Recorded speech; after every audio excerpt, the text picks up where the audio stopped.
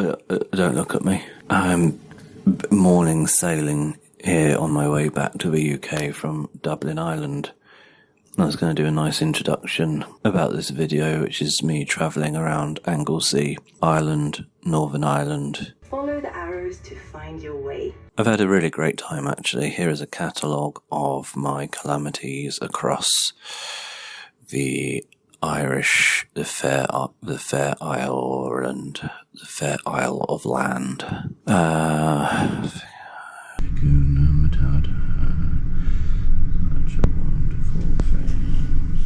going for breakfast. There was a queue. I'm not queuing. That's it. Do you want to see my eyes? Okay.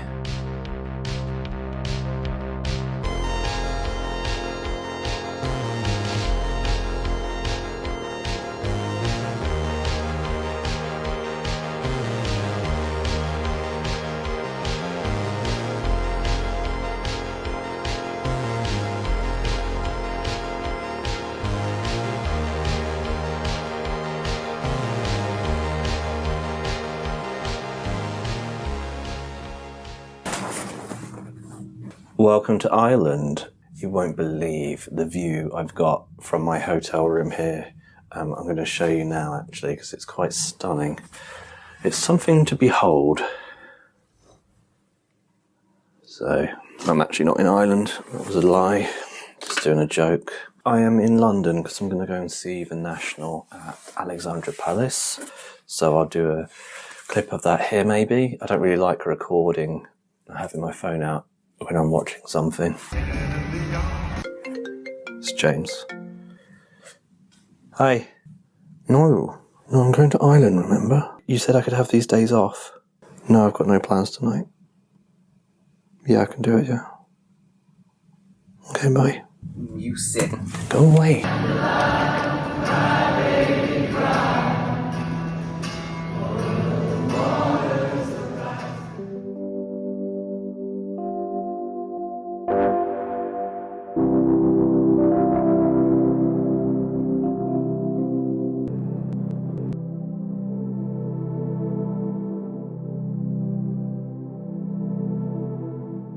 I've arrived in Wales, Anglesey, and there's a storm. I didn't fancy the ferry today, so I'm going to stay here for a couple of days. So my plan right now is, if I'm in Anglesey, let's try and see some things I've never seen in the wild before. So I've got two things on my list. Number one is a red squirrel. I've only ever seen them on the TV.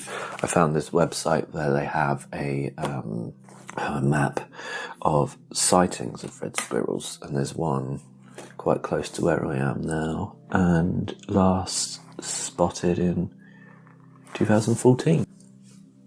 So, squirrel signs. Tube cones and scales. Scales. That one? No. Stick. Just check. Yeah, stick. When I was driving here, a red squirrel ran out in front of the car, so I have seen one, because I almost killed one, but I barely got a good look at it. I didn't bring my proper zoom camera, so you probably won't even see the red squirrel. Maybe it will just be me having a good old look. There's a dog. The nice people who the dog was with said they saw one, but then I put them off by telling my story about nearly killing. God, it'd be one if one came on. Good at what? Oh God, I'm so unfit. I think we're getting into squirrel territory. I'm going to go in here, and I'm going to blend in with my camouflage. What's a red squirrel's favourite type of tree? That's not a joke. That is me thinking out loud. I'm going to say some squirrel facts over this. Red squirrel facts. Hiya. Red squirrels usually have 2 to 3 young called kittens. Oh. Red squirrels make more than one nest in case one gets damaged, and to reduce the possibility of it being found by predators, like me. They don't hibernate. In autumn, they collect food for winter when they're less active, but they remain awake. It looks like a nice little area to have a little nut cache. Let's leap this. Let's bound over that tree. That looks like a funny tree. Blocked by this barrier. Tickets, please. Hello. I found a den. So perhaps, well, they live there. Not they, I don't know, an animal. Red squirrel is officially classed as near threatened in England, Wales and Northern Ireland. The main cause behind their decline is the introduction of grey squirrels from America. Oh, dragonfly. Cute. What's that sound? Is that nut collection? Oh, this is the tree. It's got branches, it's got shade. That's where I would live if I was a red squirrel. This is exactly... Oh my god. I see one. Do you see it there? Oh my god. I knew this was the tree. Trouble is I scared it by walking in willy-nilly. Oh my god. I've seen one. I don't know if you saw it jump away when I bounded in. And then I drove about for a bit and had oysters.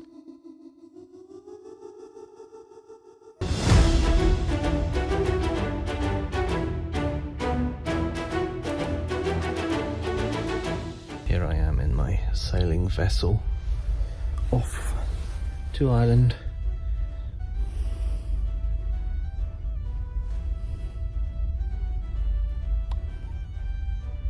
And good night for now.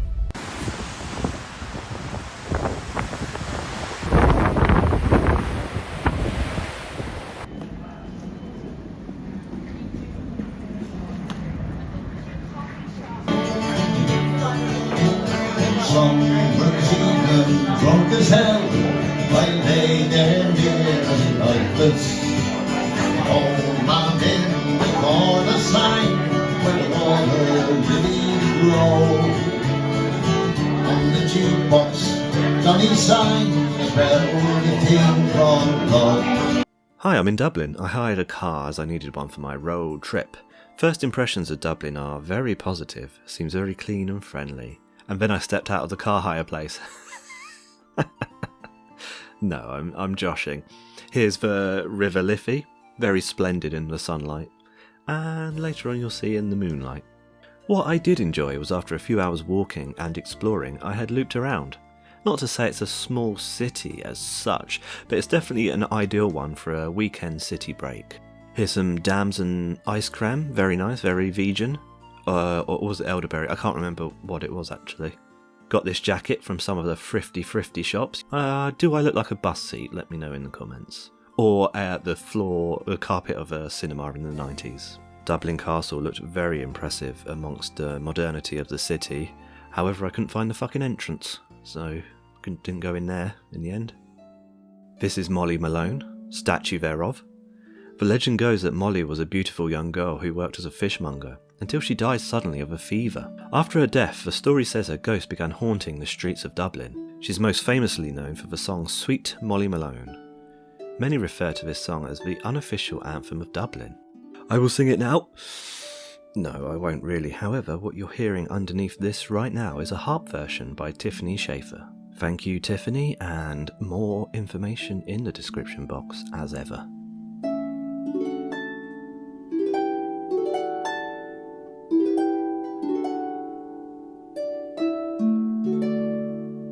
Right, then I went to the Whiskey Museum, and apparently the tour was 15 hours long and started in 98 hours, and I don't drink, so I took this. During my time here, I tried to learn as much history as I could, every type of history, especially being a Brit. I think it's an essential thing for all of us to do when we visit. I have linked some very good documentaries below on these subjects, and yes.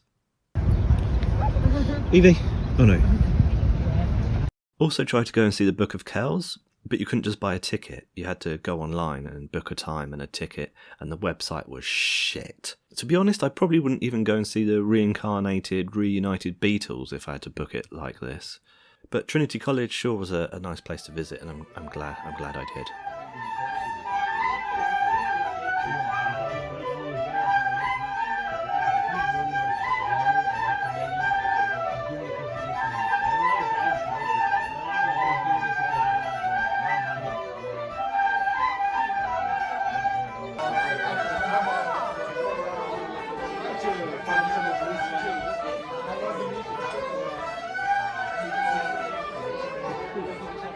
At the toppermost point of Ireland, the first 30 minutes of my walk was ruined by a screaming child, but once he was smacked and taken back to the car, not by me, I was able to take in the beauty. This is weird to say, but although we're not separated by much, they're just a channel. There's something about the green here, the fields and grass and hedges, that make it very distinguishably beautiful, and dare I say Irishy? I don't really know what that means, but I do think you could plonk me somewhere in Ireland and I would know I was in Ireland, just based on how the colour, the greenness. I'm probably talking crud, but that's how I felt walking around. My bumhole hurts. I drove through Donegal County to get here and was so taken by its beauty I forgot to film. However, here are some shots I did not take, with a poem, that's right, a poem, I'm like your Year 7 English teacher, by Ethna Carberry, who was born in Ballymena and lived the end of her short life in Donegal. And the poem is named Donegal. I know a purple moorland where a blue loch lies, where the lonely plover circles, and the peewit cries. Do you yet remember that dear day in September? The hills and shadowy waters beneath those tender skies. Behind the scythes, swift flashing, a wealth of gold corn lay. In every break a singing voice had some sweet word to say. When we took the track together, across a world of heather, with joy before us, like a star to point the pleasant way. In Kerry of the kings you hear the cuckoo call. You watch the gorse grow withered, and its yellow glory fall. Yet may some dream blow over you the welcome that's before you, among the wind-swept heather and grey glens of Donegal.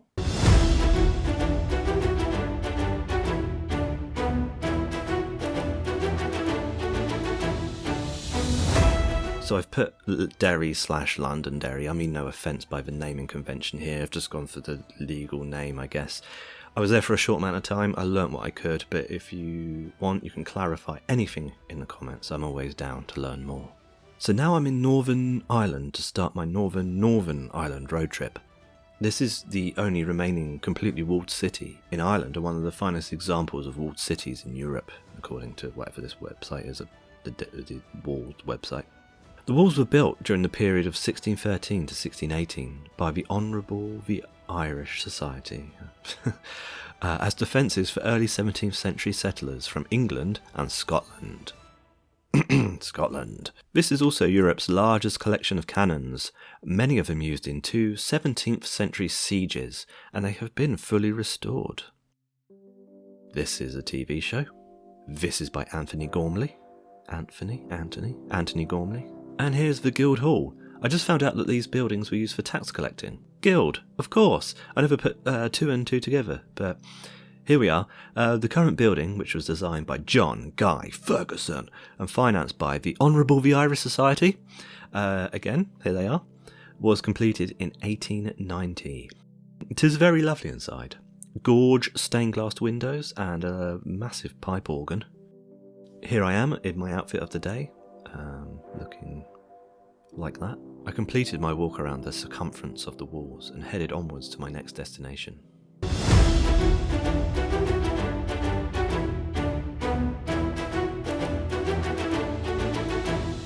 Wow. This is one of the most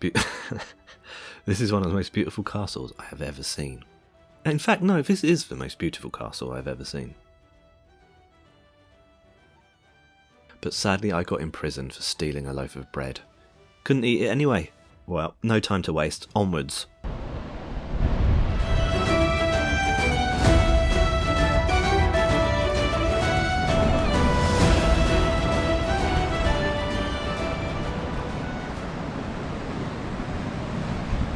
One of the natural wonders of the world, Giamnts Causeway, is loads and loads of pointy upward rocks. First impressions, bigger than I thought. Very busy, so I risked my limbs to climb into a more secluded spot, and as the waves bashed against the basalt hexagons, I thought, yeah, Actually, this is really ruddy radical.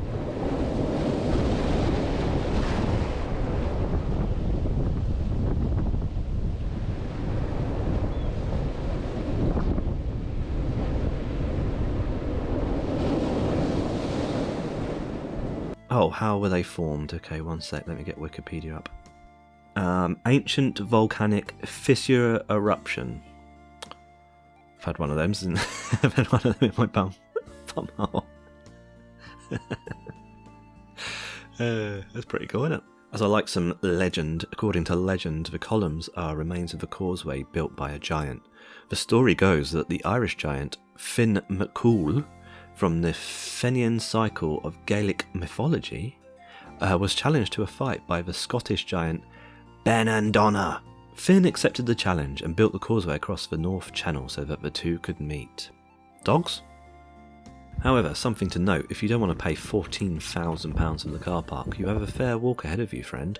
Prepare wisely, but very much worth a visit. Hey Siri, is it normal for your gooch to bleed?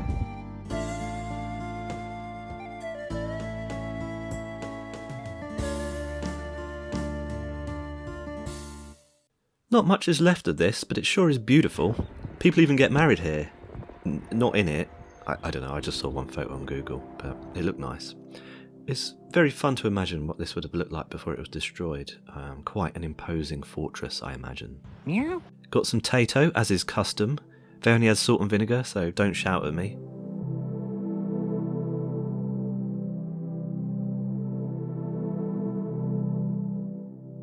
Next part of the road trip, and I just couldn't help pulling over to take in the scenery. Something about the green emerald fields and the grey clouds above did it for me.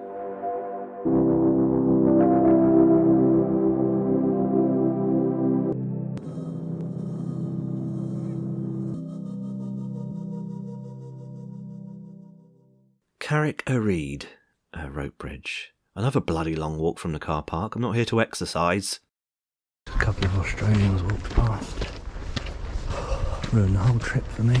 So yeah, the bridge connects the mainland to a little jut, Carrick-a-rede, which means rock of the casting, a place to fish.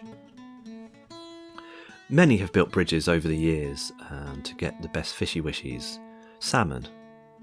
This current one was built in 2008, and it certainly took my weight. I enjoyed the crossing. I was filming one way and taking it in the other. It's quite a drop actually. I don't think I realised at the time. But here, enjoy the sounds as I cross back. Hello. Thank you. No worries, thanks.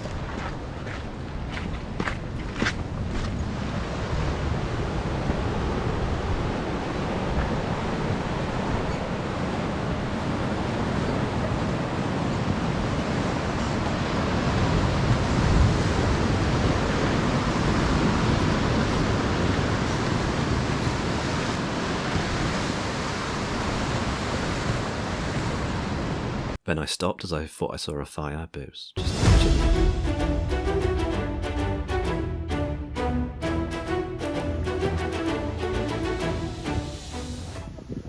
Dark Hedges, famous trees, tunnels like weird trees, Game of Thrones. That's exactly how my script was. So, according to legend, the hedges are visited by a ghost called the Grey Lady, who travels the road and flits across it from tree to tree. There's many tellings of this legend, but some say she is a spirit from an abandoned graveyard beneath the fields, who on Halloween is joined on her visitation by other spirits from the graveyard. So thanks to Wikipedia for that, because I had nothing for this bit. Here is a text from Dad, not bothered about the trees, which made me laugh.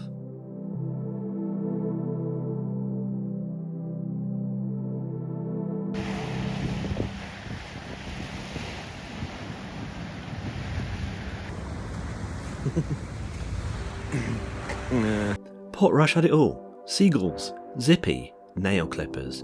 But most importantly, 5 minutes out of town, I got an Irish rainbow. Enjoy looking at it for a bit with me. You know, sometimes things align perfectly. I got my shot as a filmmaker, in air quotes, but after putting the camera down, I got a view that I will remember and think about every time I see a rainbow, or a plumber's van, because as I was filming, some people pulled in to enjoy the view with me, including a lovely plumber whose name I forgot. I'm so sorry. Then I drove the Torhead scenic route, and it sure was scenic. Here is some terrible footage of that now.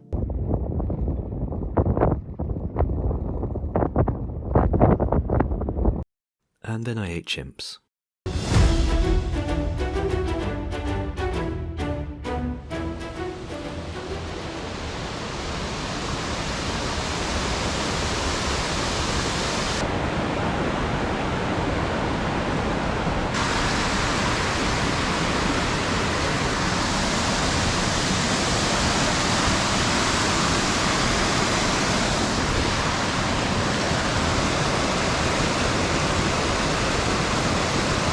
I feel like I'm in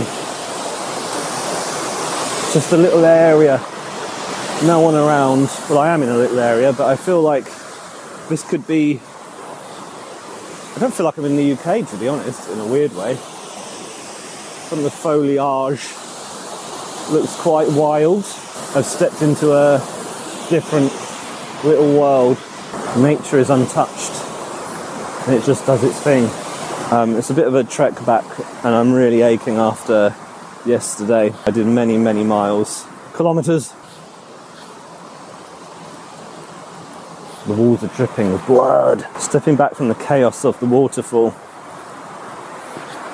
and then downstream as it gets slightly more peaceful.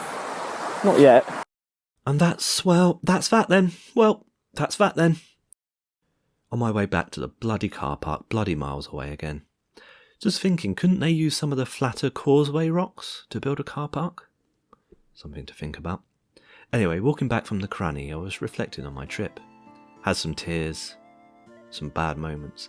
No, not really, it's been fantastic. Had everything I enjoy. History, rivers, gorge scenery, fun city time, geographical wonders, a duck and a rainbow. Can't wait to be back and explore the southerner part of Ireland. Maybe I'll vlog it better next time.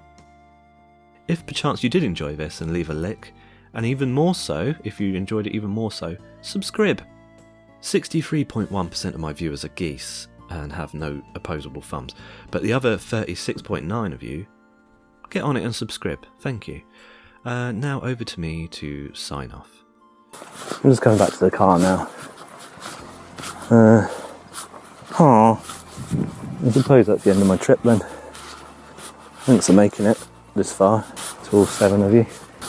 Thanks for watching, and don't forget to rewind the tape before you take it back.